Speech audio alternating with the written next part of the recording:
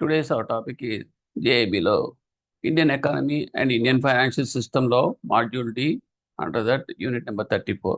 ఇది ఏంటంటే topic inter connectedness of markets and market dynamics. So ఇది చాలా చిన్న టాపిక్ అండి. దీనికి జనరల్ మనం యూజువల్గా మనం ఏదైతే మనం అబ్జర్వ్ చేస్తుంటామో అదే దీనికి ఒక టాపిక్ కింద స్పెసిఫైడ్గా ఎక్స్ప్లెయిన్ చేశాడు ఇందులో. ఫస్ట్ ఆఫ్ ఆల్ ఏంటంటే process of inter connectedness of the financial markets అంటే ఏంటి చూద్దాం. మీకు చిన్న ఎగ్జాంపుల్ చెప్తాను, దాన్ని బట్టి మొత్తం ఓవరాల్ సబ్జెక్ట్ అంతా కూడా దాంట్లో కవర్ అయిపోతుంది. ఇప్పుడు స్టాండ్ అలోన్ మార్కెట్ అనేది ఒకటి ఉంటుంది, తర్వాత ఇంటర్ కనెక్టెడ్ మార్కెట్స్ అని వేరే ఉంటుంది. ఈ రెండు కూడా వేరు వేరు. సపోజ్ ఒక పెద్ద సిటీ ఉందనుకోండి, అందులో డిఫరెంట్ ఏరియాస్లో ఒక ఒక 10 మార్కెట్స్ ఉన్నాయి. ఓకే, బాగా వాస్ట్గా స్ప్రెడ్ అయిన ఒక ప్లేస్ అది. మెట్రోపాలిటన్ కావచ్చు, ఏదైనా కావచ్చు. ఇప్పుడు ఏమవుతుందంటే ఒక మార్కెట్లో జరుగుతున్న ట్రాన్సాక్షన్స్కి సేల్స్ ట్రాన్సాక్షన్స్ అని వేరే మార్కెట్తో కనుక కనెక్ట్ అవ్వకుండా కనుక సెపరేట్గా ఉంటే కనుక జనరల్గా ఏం జరుగుతుంది, కన్జ్యూమర్స్ ఏంటి అక్కడికి వచ్చిన వాళ్ళు వాడు దేనికి ఏ రేట్కి అమ్మితే ఆ రేట్కి కొనుక్కోవాలి. ఎందుకంటే వాడికి ఆప్షన్ ఉండదు. ఓకే, ఒకవేళ కనుక వాడు కాదు ఇక్కడ చాలా ఎక్కువ అనిపిస్తుంది అనుకోండి, అప్పుడు ఏం చేస్తాడు వాడు, ఇంకెక్కడైనా చీప్గా దొరుకుతుందేమో అనుకుంటే ఎక్కడో 20 కిలోమీటర్ దూరం అక్కడంటే ఇక్కడ 10 రూపాయలు వస్తే అక్కడ 8 రూపాయలు అని చెప్పేసి అన్నారు అనుకోండి, తెలిసిందనుకోండి, ఓపిక ఉన్నవాడు వెళ్తాడు, లేనివాడు ఇక్కడ సరిపెట్టు. ఓకే, సో దీనివల్ల ఏమవుతుందంటే స్టాండ్ అలోన్ మార్కెట్స్లో ఏమవుతుందంటే it is restricted to the particular domain. Okay, దానికి ఆప్షన్స్ ఉండవు. ఇంకా అది ఇంటర్ కనెక్టెడ్ అనుకోండి. ఇంటర్ కనెక్టెడ్ అంటే ఇది కాకపోతే అది ఇన్స్టంటేనియస్గా అక్కడే కనుక మనకి ట్రాన్సాక్షన్ కానీ జరిగే స్కోప్ ఉందనుకోండి, న్యాచురల్గా ఏమవుతుంది, రెండు రకాల లాభాలు ఉంటాయి. ఒకటి ఏంటంటే మార్కెట్లో ప్రోడక్ట్ యొక్క ప్రైస్ అనేది అబ్నార్మల్గా వాడు డిక్టేట్ చేయడానికి ఉండదు. ఇక్కడ 10 రూపాయలు అనుకోండి, అమ్మ ట్రై చేశాడు అనుకోండి, అక్కడ మార్కెట్లో 8 రూపాయలు అనేది మనకి ఇక్కడ యాక్సెస్ అవుతుంది అనుకోండి. సో న్యాచురల్గా he will opt for that 8 rupees only. ఆ మార్కెట్లో కొనుక్కోవడానికి ప్రయత్నం చేస్తాడు. సో అప్పుడు ఏం చేస్తాడు ఇతను, కంపల్సరీగా తను అమ్ముదాం అన్నా కూడా సో ఇమీడియట్గా అది డ్రాప్ చేసుకుని అక్కడ అమ్మే రేట్గా ఇక్కడ అమ్ముకుంటాడు. అంటే ఇక్కడ ఏమవుతుందంటే ఇంటిగ్రేట్ చేయడం వల్ల ఏమవుతుందంటే మార్కెట్లో ప్రైస్ స్టెబిలిటీ అనేది వస్తుంది. ఇది ఎలా పాసిబుల్ అంటే చేయొచ్చు, టెక్నాలజీ మనకి అడాప్ట్ చేసి రెండు కనెక్ట్ చేశారనుకోండి, ఓ ప్రోడక్ట్ని మీరు ఆర్డర్ ప్లేస్ చేయడం లేకపోతే వెంటనే తీసి చేయడం చేశారనుకోండి, సో న్యాచురల్గా ఏమవుతుంది మీకు ఆటోమేటిక్గా ఆ ప్రైస్కి మనం ఇప్పుడు అక్కడ దాకా ఎందుకండి మనం ఇప్పుడు ఏదైనా సపోజ్ అకేషన్స్ వచ్చినాయి అనుకోండి, మొబైల్ ఫోన్స్ అనేది మీకు ఆన్లైన్లో కొనడానికి చాలామంది ప్రిఫర్ చేస్తారు. సో బయట మార్కెట్లో ఏమవుతుంది, మీకు అది ఓపెన్ మార్కెట్లో రిటైల్ మార్కెట్లో అది ఒక ఒక మొబైల్ 10,000 దొరుకుతుంది. ఇక్కడ మీకు ఆన్లైన్ మార్కెట్లో అది 8,000 అనుకోండి, 8,500 అనుకోండి. సో న్యాచురల్గా ఏమవుతుంది, 8,500కి మన ఆన్లైన్ మార్కెట్లోకి వెళ్ళిపోతే 1,500 కలిసి వస్తుంది కదా. సో ఇప్పుడు దీనివల్ల ఏమవుతుంది, వాడు ఏం చేస్తాడు మార్కెట్లో, ఒకవేళ మనం అడిగామనుకోండి అక్కడ మార్కెట్కి వెళ్ళి ఓపెన్ మార్కెట్కి వెళ్ళి, ఏవయ్యా ఇప్పుడు ఆన్లైన్ బుక్ చేసుకుంటే సేమ్ ప్రోడక్ట్ నాకు 8,500 వస్తుంది, మరి మీరేమో 10,000 అమ్ముతున్నారు కదా అని అంటే వాడు ఇమీడియట్గా 8,500 ఇచ్చేస్తున్నాడు అక్కడ. ఎందుకంటే దాని యాక్చువల్ కాస్ట్ ఇది 8,500 only, but because of this stand alone market వాడు దాన్ని డిక్టేట్ చేస్తున్నాడు, ఆ ప్రైస్ని 10,000కి అమ్మడానికి ప్రయత్నం చేస్తున్నాడు. ఎప్పుడైతే మీరు చూపించారో ఇప్పుడు చాలామంది క్యాజువల్ మామూలుగా జరుగుతున్నది, ఇదంతా మనం యూజువల్గా మనం ఏదైతే మనం చూస్తుంటామో మన పరిసరాల్లో అదే సబ్జెక్ట్ అండి, ఇది కొత్త సబ్జెక్ట్ ఏం కాదు ఇది. సో ఏమవుతుంది, వెంటనే సరేలేండి సార్ అయితే 8,500 ఇచ్చేస్తున్నాను అంటున్నాడు. ఇంకా చెప్పాలంటే వాడే ఈ డొమెస్టిక్ మార్కెట్లో మనం ఈ మార్కెట్లోనే వాడు చూపించి అసలు ఆన్లైన్లో కూడా ఇదే ప్రైస్ సార్, కాబట్టి మీరు ఈ ప్రైస్కి మీకు ఇస్తున్నాను సార్ అని కూడా చెప్పి చూపించి మరి ఇచ్చేస్తున్నాడు. అంటే దీనివల్ల ఏమవుతుంది అంటే కన్జ్యూమర్కి ఏంటి, ఎవరికైనా సరే బయ్యర్కి సెల్లర్కి ఒక కంఫర్ట్ అనేది క్రియేట్ అవుతుంది. సో దానికి సంబంధించిన ఈ సబ్జెక్ట్. ఇకపోతే ఇందులో కొత్త వర్డ్స్ ఏమొస్తాయంటే ఆర్బిట్రేజ్ అనే ఒక వర్డ్ వస్తుంది. ఆర్బిట్రేజ్ అనే వర్డ్ ఏంటంటే ఇప్పుడు ఫారిన్ ఎక్స్చేంజ్ కావచ్చు, లేదంటే కనుక ఇంకేమైనా గూడ్స్ కావచ్చు, సర్వీసెస్ కావచ్చు, ఏదైనా సరే ఒక పర్టికులర్ మార్కెట్లో కనుక తక్కువ రేటు ఉండి ఇంకో మార్కెట్లో కనుక దానికి ఎక్కువ రేటు పలుకుతుంది అనుకోండి, సో న్యాచురల్గా ఏం చేస్తాడంటే ఇతను ఈ మార్కెట్లో తక్కువ రేటుకి కొని అదే ప్రోడక్టు అదర్ మార్కెట్లో ఎక్కువ రేటుగా పలుకుతుంది కాబట్టి అక్కడ అమ్ముకుంటాడు. సో దీనివల్ల ఏం జరుగుతుంది అంటే ట్రేడర్కి ప్రాఫిట్ బుకింగ్లో అడ్వాంటేజ్ అవుతుంది. కానీ కన్జ్యూమర్కి అవుతుందా అంటే కన్జ్యూమర్కి ఎప్పుడు అవ్వదు. ఆ మార్కెట్లో కూడా ఆడెక్కడికి రాలేడు, ఈడు అక్కడికి వెళ్ళలేడు. సో ఆ మార్కెట్ ఎక్కువ రేట్ అయినా సరే ఆడు కొనుక్కుంటాడు. ఈ మార్కెట్లో ఇక్కడ ఏమవుతుంది, తక్కువ రేటుకి వీడి అదృష్టం అది. కానీ మధ్యలో బాగుపడేది ఎవరు అంటే ట్రేడర్స్ బాగుపడతారు. సో దీన్ని అంతా తీసేసి ఇంటర్ కనెక్టెడ్నెస్ కనుక చేస్తే కనుక ఫైనాన్షియల్ మార్కెట్స్ అన్నీ కూడా అందరికీ కూడా కంఫర్టబుల్ ప్రైసెస్లో ఓకే గూడ్స్, ప్రోడక్ట్స్, సర్వీసెస్ అన్నీ కూడా అవైలబుల్గా ఉంటాయి. మిడిల్ మ్యాన్ రోల్ అనేది తగ్గిపోతుంది, వాళ్ళ ప్రాఫిట్ బుకింగ్ అనేది తగ్గిపోతుంది. ప్లస్ దీనివల్ల ఇంకొక అడ్వాంటేజ్ ఏంటంటే కాంపిటేటివ్నెస్ అనేది పెరుగుతుంది. అంటే హెల్దీ కాంపిటేటివ్నెస్ పెరుగుతుంది, మార్కెట్ కూడా హెల్దీగా ఉంటుంది. So that is the content of this talk. So ఓవరాల్గా నేను చెప్పేసాను. నా వన్ బై వన్ చూద్దాం. With the development of the economy and with the forces of globalization settling in, the different financial markets in India are interconnected with each other and integrated with the markets in other parts of the world as well. ఇది మనకు చెప్పేది ఏం లేదు. ఎప్పుడైతే మనకి globalisation అయిందో మన వస్తువులు వేరే కంట్రీస్కి ఈజీగా ఫ్రీగా మనం అమ్ముకునే సదుపాయం అనేది కలిగింది. అలాగే అవతల వాడి కంట్రీకి కూడా వాడి వస్తువులు మన కంట్రీలో అమ్ముకునే ఫెసిలిటీ కలిగింది. దీనివల్ల అడ్వాంటేజ్ ఏది అంటే కనుక మనకి ఎక్సెస్ ప్రొడక్షన్ వచ్చేసింది అనుకోండి. ఎక్సెస్ ప్రొడక్షన్ వచ్చినప్పుడు కంట్రీలో ఏమవుతుంది, మీకు డిమాండ్ అండ్ సప్లై ప్రకారం సప్లై ఎక్కువైపోయింది, డిమాండ్ తక్కువైపోతుంది. ఆటోమేటిక్గా ప్రైసెస్ పడిపోయే ఛాన్సెస్ ఉంటాయి. అటువంటప్పుడు మనం బాధపడక్కర్లా. మనకు రెమ్యూనరబుల్ ప్రైస్ కావాలి, మంచి ప్రైసెస్ కావాలనుకుంటే ఎక్స్పోర్ట్ చేసేసనుకోండి వేరే కంట్రీలో, ఆ ప్రోడక్ట్ కావాల్సిన స్కేర్సిటీ ఉందనుకోండి, so we can get a good price for that. అంటే నష్టపోయే ఛాన్సెస్ ఎప్పుడు కూడా ఉండవు మాట అండి. దీనివల్ల ఎప్పుడూ అడ్వాంటేజెస్. అదే ఇక్కడ చెప్తుంది. ఇంటిగ్రేట్ చేయడం వల్ల, గ్లోబలైజేషన్ వల్ల మనకి advantages countries. Similarly other countries in the world are connected to one another and the ups and downs in part of that globe can have the resonating effect on other parts of the globe. ఇప్పుడు other countries కూడా అంతే. అక్కడ కూడా మీకు ఏమైనా problem వచ్చి prices పడిపోయినాయి అనుకోండి, సో న్యాచురల్గా దే విల్ కమ్. కానీ ఇక్కడ ఏంటంటే మనం చూసేది ఫైనాన్షియల్ సిస్టమ్. ఫైనాన్షియల్ సిస్టంలో ఏంటంటే ప్రోడక్ట్స్ ఏముంటాయంటే ఏముందండి, ఇప్పుడు మన షేర్ మార్కెట్స్ ఉన్నాయి, కంపెనీ షేర్స్ అన్నీ కూడా ఇక్కడ పలుకున్నాయి. ఓకే, కంపెనీ షేర్స్ ఒక కంపెనీ ఉంది, ఆ కంపెనీ షేర్ మ్యాక్సిమం మన ఇండియాలో 230 రూపీస్ మాత్రమే షేర్ వాల్యూ పలుకుతుంది అనుకుందాం కాసేపు. అప్పుడు వాడు ఇంకా కొంచెం కంపెనీకి ఎక్కువ క్యాపిటల్, షేర్ వాల్యూ షేర్ పలుకుతుందంటే it is nothing but the capital కదా ఆ కంపెనీకి. ఆ క్యాపిటల్ బేస్ అనేది కొంచెం పెరిగేలాగా ఉండాలి కోరుకోవాలనుకున్నప్పుడు ఏమవుతుంది, మీకు ఫారిన్ ఇన్స్టిట్యూషనల్ ఇన్వెస్టర్స్ కనుక అదర్ కంట్రీస్ కనుక వాళ్ళు మన మార్కెట్లో ఇన్వెస్ట్ చేశారనుకోండి, సో న్యాచురల్గా ఏమవుతుంది, మీకు ఎక్కువ మంది వచ్చినప్పుడు ఇన్వెస్టర్స్ ఆటోమేటిక్గా ప్రైస్ పెరుగుతుంది. So that it may go up to 300 and 400 also. So it is advantage to our companies. So ఈ టైప్ ఆఫ్ థింగ్స్ అనేది మనకి ఎఫెక్ట్ అవుతుంది. That is called the resonating effect అంటాం. అంటే ఈ రెజొనేటింగ్ ఎఫెక్ట్ అనేది రెండు రకాలుగా ఉండొచ్చు. ఒకటి, వాళ్ళంతా వచ్చి పడిపోయి మన దగ్గర ఇన్వెస్ట్ చేసేసారనుకోండి స్టాక్ మార్కెట్లో, సో న్యాచురల్గా ఇండెక్స్ పెరుగుతుంది, స్టాక్ కూడా పెరుగుతుంది, ఫైనాన్షియల్ ప్రొడక్ట్స్ అన్నీ కూడా పెరుగుతాయి. అలా కాకుండా ఇక్కడ ఏమైనా ప్రాబ్లం వచ్చో లేకపోతే ఇంకేమైనా అవతల కంట్రీస్లో అడ్వాంటేజెస్ ట్యాక్స్ కన్సెషన్ దట్ ఇచ్చారనుకోండి, వెంటనే విత్డ్రా చేసేస్తారు, ఇక్కడ నుంచి తీసుకెళ్ళి అక్కడ వేసుకుంటారు. అప్పుడు ఏమవుతుంది, మనకి డౌన్ అయిపోతాయి.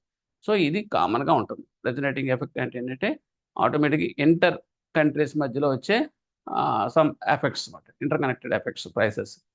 Next, coupling of economies and disturbances when they spread which can be called as a contagion effect. Contagion అంటే మనం చూడండి, కంటికి ఇన్ఫెక్షన్ వస్తే ఏమవుతుంది, కళ్ళకలం అంటాం. ఒకడికి వచ్చిందంటే మొత్తం అందరూ పాకిపోతూ ఉంటుంది. అలాగే ఈ కప్లింగ్ ఆఫ్ ఎకనామిక్ డిస్టర్బెన్సెస్ వచ్చినాయి అనుకోండి కంట్రీస్ మధ్యలో, ఓకే, దానికి కనెక్ట్ అయ్యే కంట్రీస్ అన్నిటికీ కూడా ఇది ఎఫెక్ట్ అవుతుంది. ఓకే, అంటే స్ప్రెడ్ అయిపోతుంది ఆటోమేటిక్. దాన్నే మనం coupling and it's contagious effect అని అంటాం. Integration of financial markets is the process of unifying markets and enabling convergence of risk-adjusted returns on the assets of the similar maturity across that markets. ఇది ఏంటంటే ఈ integrated markets వల్ల advantages ఏంటంటే risk అనేది తగ్గుతుంది, risk అనేది adjust అవుతుంది. అందులో రిస్క్ అనేది బికాజ్ ఒక కంట్రీ నష్టపోయింది అనుకోండి, ఆ కంట్రీ నష్టపోయిన అది ఒక్కటే కాదు, లేకపోతే ఒక మార్కెట్ నష్టం వచ్చింది అనుకోండి, ఆ మార్కెట్ కనెక్ట్ అయిన మిగతా మార్కెట్స్ కూడా ఈక్వల్గా షేర్ చేసుకుంటాయి ఆ రిస్క్ని. సో దానివల్ల ఏమవుతుందంటే మీకు రిడక్షన్, రిస్క్ అడ్జస్ట్మెంట్ అనేది జరుగుతుంది. దీన్ని ఇంకా సింపుల్గా నేను చెప్పాలంటే, సపోజ్ మన బ్యాంక్ టర్మ్స్లో చూద్దాం. ₹1,00,00,000 అడ్వాన్స్ ఇమ్మని చెప్పేసి ఏదైనా బ్యాంక్ చెప్పారనుకోండి, ఆ ₹1,00,00,000 తీసుకెళ్ళి ఏ కార్పొరేట్ హాస్పిటల్‌కో మీరు ఇచ్చేసారనుకోండి లోన్ కింద. ఓకే. అదే ₹1,00,00,000 ఇంకొకడు ఒక 100 మందికి లక్షలు చొప్పున చెప్పి అడ్వాన్స్ ఇచ్చాడనుకోండి. సో, వీడు ఎలా ఉంటుందంటే రిస్కు, ఈ ₹1,00,00,000 తీసుకొని కార్పొరేట్ హాస్పిటల్‌లోడు బిజినెస్ లేక వాడు గనక బోర్డ్ తిప్పాడనుకోండి, మొత్తం ఎగిరిపోతుంది. గల్లంతయిపోతుంది. ఎన్‌పీఏ అయిపోతుంది.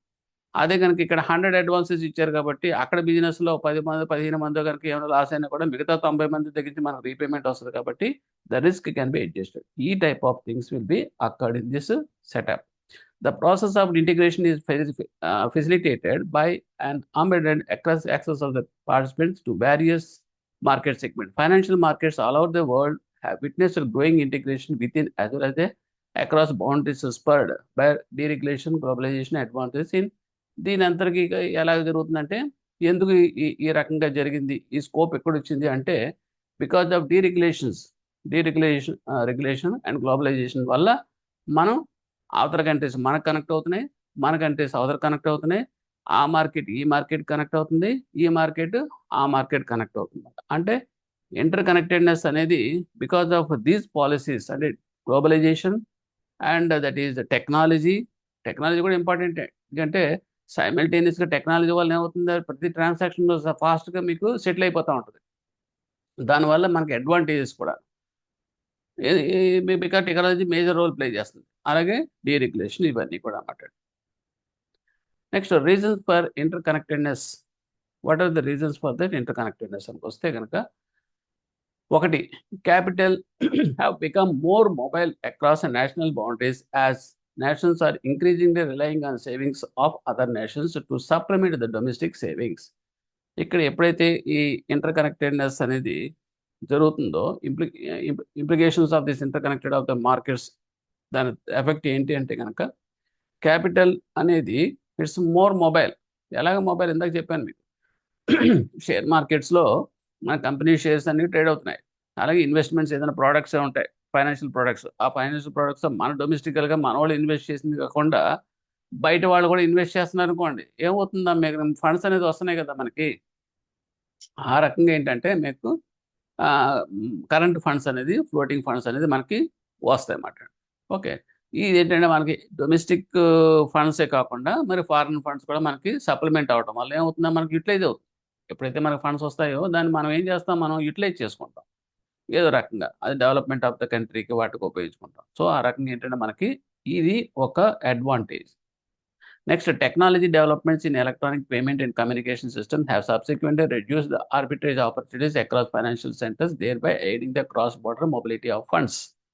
ఇదేంటి అంటే కనుక, యాక్చువల్గా ఆర్బిట్రేజ్ ఆపర్చునిటీ గురించి నేను మీకు చెప్పాను. ఆర్బిట్రేజ్ అంటే ఈ మార్కెట్లో మనకి తక్కువ రేటుకి కొని ఎక్కడికో వెళ్ళి వేరే మార్కెట్ ఎక్కడైతే ప్రైస్ ఎక్కువగా పలుకుతుందో అక్కడికి వెళ్ళి అమ్ముకోవడం. అదే కదండి జరిగేది. బయ్యింగ్ అండ్ సెల్లింగ్లో జరిగేది ఇదే. ఓకే. సరే, కానీ ఎప్పుడు దీన్ని కొంత టైం పడుతుంది. ఎందుకు పడుతుందంటే ఇక్కడ ట్రాన్స్పోర్ట్ చేసి అక్కడికి వెళ్ళి తీసుకెళ్ళాలంటే ఈ ట్రాన్స్పోర్ట్ అయిన తర్వాత వాడు బోలెడంత డబ్బులు మిగులుతూ ఉంటాయి. కానీ ఎప్పుడైతే మీకు ఈ టెక్నాలజీ అనేది వాళ్ళు ఇక్కడ బటన్ నొక్కిన వెంటనే అక్కడ ట్రాన్సాక్షన్ జరుగుతుంది స్టేజ్కి వచ్చేసామో, సో ఆర్బిట్రేజ్ స్కోప్ ఉండదు ఇంకా ఇక్కడ ఎందుకంటే ఈ రెండు కనెక్ట్ చేసేస్తాడు. సో కనెక్ట్ చేసినప్పుడు ఏమవుతుంది, మీకు సెలెక్ట్ చేసుకుంటారు. ఆ మార్కెట్లో కొనుక్కుంటావా, ఈ మార్కెట్లో కొనుక్కుంటావు, నీకు ఎదురుకుండా కనపడతా ఉంటుంది స్క్రీన్ మీద. సో అటువంటిప్పుడు నేనే ఎందుకు హైయర్ రేట్ ఎందుకు ఆ మార్కెట్ ఎందుకు కొనుక్కుంటాను, ఇక్కడ మార్కెట్లో నాకు తక్కువ రేట్లో ఉన్న మార్కెట్లో నేను చూస్ చేసుకుంటాను. ఎప్పుడైతే ఆ టైప్ ఆఫ్ అవకాశం మన టెక్నాలజీ ద్వారా మనం పొందుతామో, వీడు పనిగట్టుకుని ఇక్కడి నుంచి తీసుకెళ్ళి గూడ్స్ తీసుకెళ్ళి అమ్మడం కానీ, పనిగట్టుకుని ట్రాన్సాక్షన్ చేసి ఒక వారం రోజులు వెయిట్ చేయాల్సిన అవసరం కూడా ఉండదు. సో దీని ఆర్బిట్రేజ్ ఆపర్చునిటీస్ అనేది పూర్తిగా ఎలిమినేట్ అయిపోతాయి, తగ్గిపోతాయి చాలా వరకు. సో దీనివల్ల ఏమవుతుందంటే మనకి flexibility, cross border funds mobility అనేది చాలా ఈజీ అయిపోతుంది అన్నమాట. Next, changes in the operating framework of the monetary policy with a shift in the emphasis for quantitative controls to price based instruments such as the short term policy interest rate brought about changes in the term structure of the interest rates. ఇది చాలా important. ఇది ఏంటి అంటే ఈ operating framework of the monetary పాలసీలో ఇప్పుడు రెండు ఉంటాయి. ఒకటి ఏంటంటే క్వాంటిటేటివ్ కంట్రోల్స్ అంటే ఏంటంటే మనం మానిటరీ సిస్టంలో ఫండ్స్ ఫ్లో తర్వాత అవైలబిలిటీ ఆఫ్ ద ఫండ్స్, ఇవన్నీ కూడా కంట్రోల్. ఇన్ఫ్లేషన్, డిఫ్లేషన్ మనం నేర్చుకుంటాం. అంటే ఏంటంటే that is repo, reverse repo, తర్వాత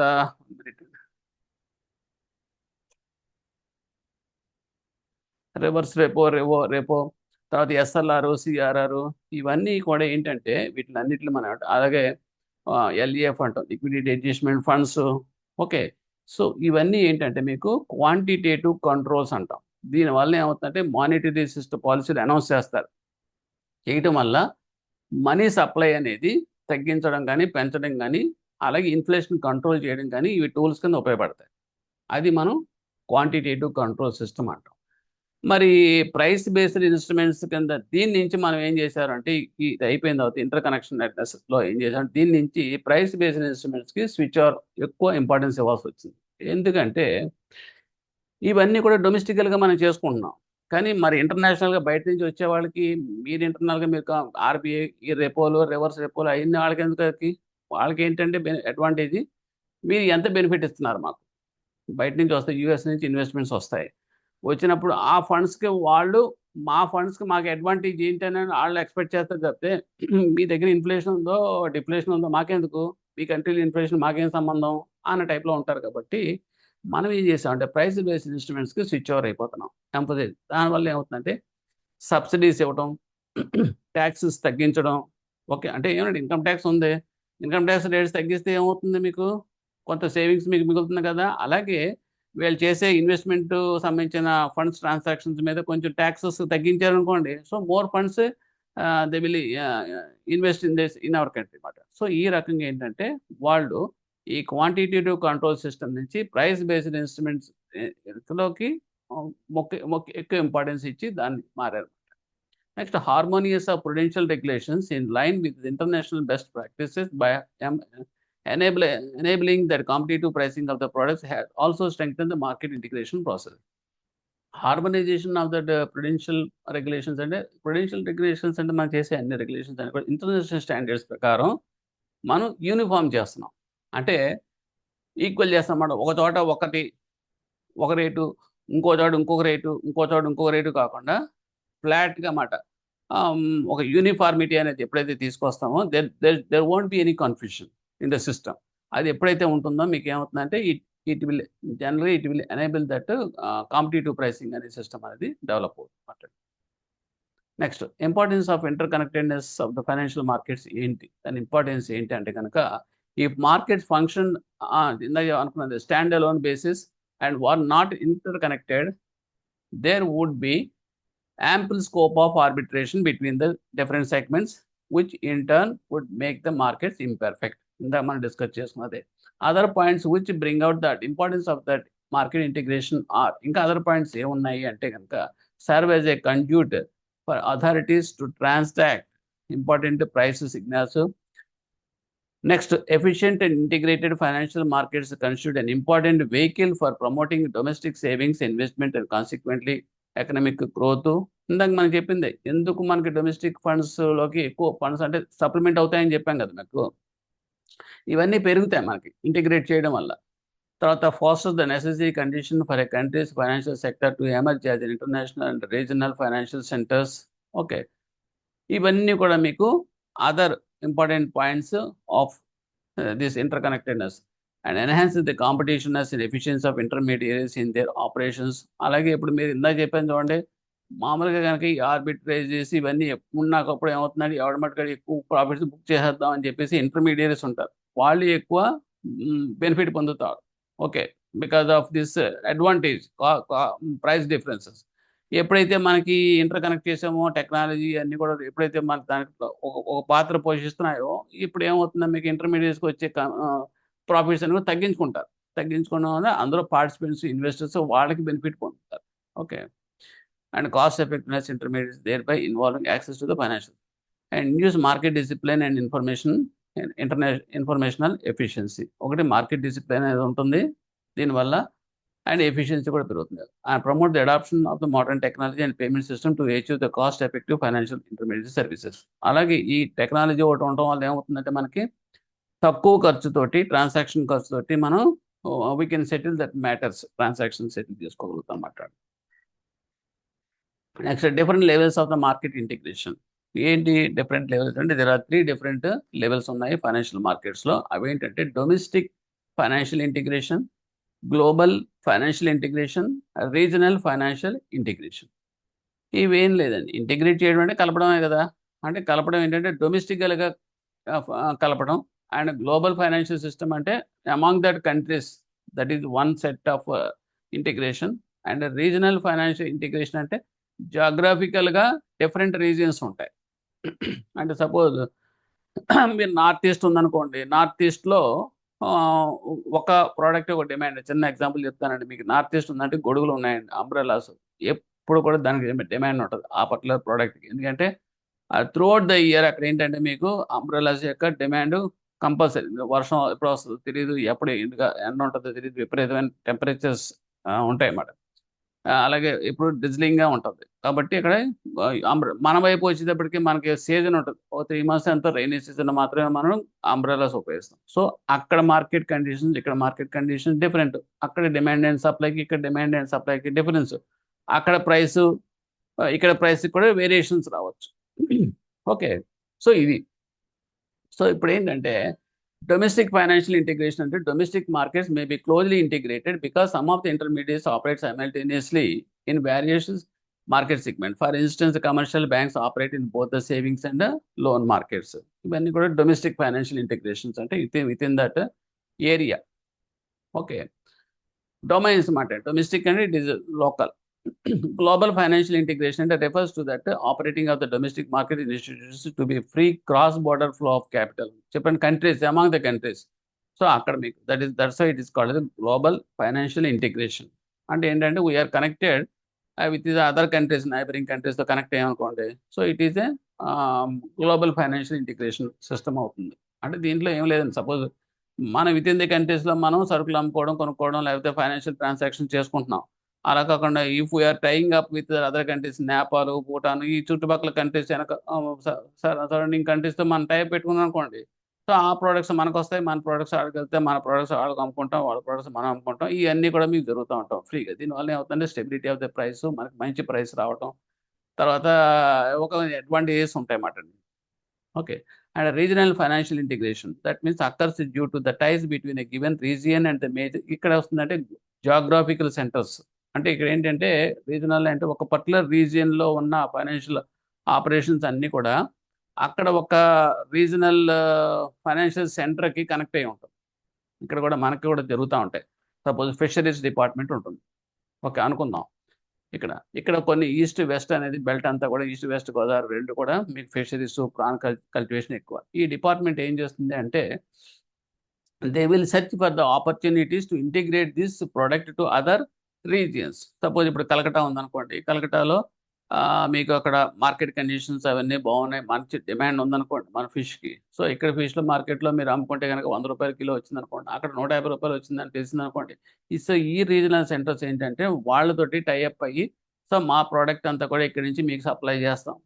సో అక్కడ ఏంటంటే and representing of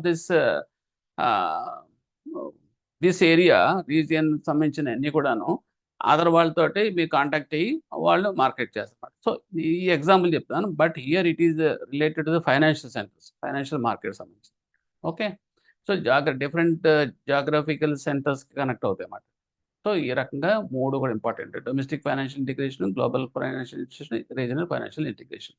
next Asian clearing union అంటే ఏసీయు. ఇది ఏంటి అంటే it is a payment arrangement. అంటే ఇక్కడ మామూలుగా ఏం చేస్తారంటే దీన్ని సింపుల్గా చెప్పాలంటే మొత్తం ఓవరాల్ ద కంట్రీస్ మన ఇండియాలో ఉన్నాయన్నీ, కంట్రీ వరల్డ్లో ఉన్నాయన్నీ కూడాను సమ్ పర్మిటెడ్ కరెన్సీస్కి మాత్రమే కన్ఫైన్ అయిపోయినాయి. అదేంటంటే ఫారిన్ ఎక్స్చేంజ్ సంబంధించిన మాట. Dollars, US dollars, Japanese N, తర్వాత జర్మన్ ఫ్రాంక్, అలాగే ఒక 14 పర్మిటెడ్ కరెన్సీస్. అవడానికి వందల్లో ఉంటాయి కంట్రీస్, బట్ ఈ ఈ పర్మిటెడ్ కరెన్సీస్లో మాత్రమే మనం ట్రాన్సాక్షన్ కంపల్సరీగా చేయాల్సి వస్తుంది అన్నమాట. సో దీనివల్ల ఏమవుతుందంటే మనం ఇలా చేయడం వల్ల ఏమవుతుందంటే మనం ఆ పర్టికులర్ ఎవరికైనా చేయాలనుకోండి, పేమెంట్ చేయాలనుకోండి, ఓకే, అదర్ కంట్రీస్కి వాడు డాలర్స్ అడుగుతాడు. సో మనం ఏం చేస్తాం, డాలర్స్ మనం మా దగ్గర ఉండవు కాబట్టి అది మార్కెట్లో కొని వాడికి సప్లై ఇవ్వాల్సి వస్తుంది. వాడు ఏం చేస్తాడు, ఈ డాలర్స్లో వాడు కమిషన్స్, కొంత మార్జిన్స్ అవన్నీ తీసేసుకుంటా ఉంటాడు. అంటే మనకి ఏమవుతుంది, ఒక్క కరెన్సీ ట్రాన్సాక్షన్ వల్లే పర్మిటెడ్ కరెన్సీస్ ఉపయోగించడం వల్లే మన దాంట్లో వచ్చే కొంత ప్రాఫిట్ మనం కొంత పోగొట్టుకోవాల్సిన పరిస్థితి వస్తుంది. సో దీనికి ఏం చేశారంటే ఏషియన్ క్లియరింగ్ యూనియన్ అని చెప్పి ఫామ్ చేసి ఏషియన్ కంట్రీలో ఉన్న కంట్రీస్ అన్నీ కూడా మన ట్రేడ్ అన్నీ కూడా మన ఇంటర్నల్గా చూసుకుందాం. ఆ డాలర్ పక్కన పడేద్దాం. మనం ఒక యూనిట్ పెట్టుకుందాం. Okay, currency transaction common unit. దాని ప్రకారం మనకి ఛార్జెస్ ఇవన్నీ కలిసి వచ్చేలాగా. ఓకే, మీ సరుకులు మేము మాకు సప్లై చేయండి, మా సరుకులు అలాగే మీరు మాకు అమ్ముకోవచ్చు, మేము మీకు అమ్ముకుంటాం. అలాగా మనం వితిన్ ద ఏషియన్ కంట్రీస్లో మన మెంబర్స్ మధ్యలో మనం చేసుకుంటే కనుక టైఅప్ అయ్యి చేసుకుంటే కనుక మన ట్రేడ్ అనేది తక్కువ కాస్ట్ తోటి ఓకే కొంచెం ప్రాఫిటబుల్గా ఉంటుందని అడ్జస్ట్మెంట్తో చేసిన అడ్జస్ట్మెంట్ అన్నమాట. ఓకే, సో దీంట్లో ఏంటంటే payment arrangement thereby participant settle payments for intra regional transactions. Intra regional అంటే బంగ్లాదేశ్ నుంచి మనం సరుకున్నా, మనం ఏమైనా కనుక పాకిస్తాన్కి ఏమైనా గుడ్స్ ఎక్స్పోర్ట్ చేసినా, so will do the settlements among our countries separate irrespective of the others. ఇంకా వేరే కరెన్సీతో సంబంధం లేదు. ఇంకా అమెరికా ఎందుకు వస్తుంది, ఇక్కడ అమెరికన్ డాలర్ ఎందుకు వస్తుంది, రాదు కదా. Objective to facilitate payments among member countries for eligible transaction thereby economizing the use of the foreign exchange resource. దీనివల్ల ఏమవుతుందంటే అనవసరంగా మనం ఈ యుఎస్ డాలర్స్ని అనవసరంగా వేస్ట్ చేసుకోవాల్సిన అవసరం ఉండదు. మనకు ఎలాగ తప్పదు. దాని అది ఆ యుఎస్ డాలర్స్ అనేది ఉపయోగించాల్సిన పరిస్థితులు వచ్చినప్పుడు ఉపయోగించక తప్పదు అది. కానీ అది అలాగే ఉంచుకుని రిజర్వ్స్ సో ఉన్న ఈ అడ్జస్ట్మెంట్ వల్ల చేసుకుంటే ఏమవుతుందంటే దీన్ని వేరే పర్పస్కి మనకి ఎఫెక్టివ్గా ఊట్లో యూజ్ చేసుకునే అవకాశం ఉంటుంది కదా. సో ఆ రకంగా ఏం చేస్తారంటే దే ఆర్ అరేంజ్మెంట్ అనేది తీసుకున్నారన్నమాట.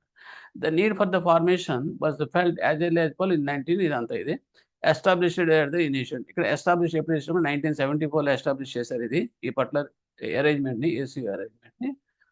And a clearing union can be defined as a multilateral payments arrangement that దీనికి ఒక క్లియరింగ్ సెంటర్ కూడా పెట్టారు. ఈ విత్ ఇన్ దిస్ ఈ క్లియరింగ్ సెంటర్లోనే అన్ని కూడా ట్రాన్సాక్షన్స్ అని సెటిల్ అయ్యేలా పెట్టుకున్నారు అనమాట. మెంబర్స్ ఎవరు ఉంటారు, ఇది important. Bangladesh, Bhutan, India, Iran, Maldives, మయన్మారు, Nepal, Pakistan and Sri Lanka. ఈ కంట్రీస్ ఇంపార్టెంట్. ఎందుకంటే which is the country not a member of this ACU అన్నాడు అనుకోండి, సో ఆ టైప్ ఆఫ్ క్వశ్చన్స్ వస్తాయి కాబట్టి this is a good question. Next important reasons for the formation of the clearing union. Okay, important reasons ఎందుకు మనం clearing union form చేయాల్సి వచ్చింది అనే దాని గురించి చెప్పుకుంటే కనుక these are the important. First of all exports and imports among members. దీనివల్ల ఏమైంది can expand relatively faster because of the conservation of the foreign exchange. మన ఫారిన్ ఎక్స్చేంజ్ వేస్ట్ చేసుకోకుండా జాగ్రత్తగా పొదుపు చేసుకుని మన దగ్గర నిల్వంచుకోవడం వల్ల ఈ రకమైన అరేంజ్మెంట్ వల్ల ఫారిన్ ఎక్స్చేంజ్ వేస్ట్ కాకుండా ఉంటుంది అన్నమాట. ఓకే, ఈ among that inter group transactions అన్నమాట. Next trade liberalization can be promoted initially among the members. అలాగే నెక్స్ట్ ఇంకోటి ఏంటంటే ఎప్పుడైతే ఈ టైప్ అరేంజ్మెంట్ ఉందంటే మీకు కావాల్సిన వస్తువులు నేను సప్లై చేస్తాను, నాకు కావాల్సిన సప్లై మీరు సప్లై చేస్తారు. సో ఈ అడ్జస్ట్మెంట్ ఉండటం వల్ల ఏమవుతుందంటే మ్యూచువల్గా అందరూ కూడా ట్రేడ్ అనేది జరుగుతూ ఉంటుంది కాబట్టి every country will be benefited who are the members of this CSU. Next exploitation of the scale economies would be made possible by enlarged trade and an adjustment process can be promoted that raise international competitiveness of the members which have similar distortion in trade and production. Adjustment అంటే బయట కనుక exploitation జరిగింది అనుకోండి, okay, so adjustment అనేది ఇక్కడ జరుగుతుంది. అంటే ఏం లేదండి, సపోజ్ ఏదో ఉల్లిపాయలు ఉన్నాయి, ఉల్లిపాయలు అనేది మనకి దొరకట్లేదు, ఓకే, అది ఏ జర్మనీ నుంచో ఎక్కడి నుంచో తెప్పించుకోవాల్సిందే. వాడు ఏం చేస్తాడు, వాడు డాలర్ ప్రైస్ వాడు జర్మన్ ప్రైస్ ప్రకారం వాడు ఎక్స్ప్లోయిట్ చేయొచ్చు. సో అదే ఉల్లిపాయ మేము తయారు చేసి మీకు పండించి మీకు ఇస్తామనే అరేంజ్మెంట్ ఉందనుకోండి, బంగ్లాదేశ్ మేమే పంపిస్తాం 1 టన్ను 1000 టన్ను 1,00,000 టన్ను అన్నాడు అనుకోండి, సో మనకి ఏమవుతుంది, మనకి ఎక్కువ కాస్ట్ తోటి లేకుండా మనకు రీజనబుల్ కాస్ట్ తోటి మనం కెన్ గెట్ ద ప్రోడక్ట్. అలాగే ఫైనాన్షియల్ ప్రొడక్ట్స్ కూడా అంతే. So this is the advantage. Is nothing but an arrangement and understanding among the countries. Measures and surveillance by the union can help to secure a more balanced current account, which in turn contributes to the creation of the conditions for the future convertibility of each of the currencies of the member countries. అలాగే ఇక్కడ current account ఇది nothing but foreign exchange చెప్పుకున్నాం మనం ఇంతకుముందు క్లాసెస్లో. Current account అంటే ఏంటి, capital account అంటే ఏంటి కూడా చెప్పుకున్నాం. ఓకే, సో ఇది కూడా మీకు బ్యాలెన్స్డ్ కరెంట్ అకౌంట్ అనేది మనకి అడ్వాంటేజ్ అవుతుంది అన్నమాట. Next ground can be prepared for regional economic cooperation in general. Economic కోఆపరేషన్కి చేసుకో ఒక ఒక ఓ బేస్ అనేది తయారవుతుంది. అలాగే ఫైనాన్షియల్ కోఆపరేషన్ కూడా in particular we can get out of this arrangement of ESE. So with this topic is completed. It's very small topic, but concept మీకు అండర్స్టాండ్ చేసుకుంటే కనుక it is comfortable. Okay, thank you.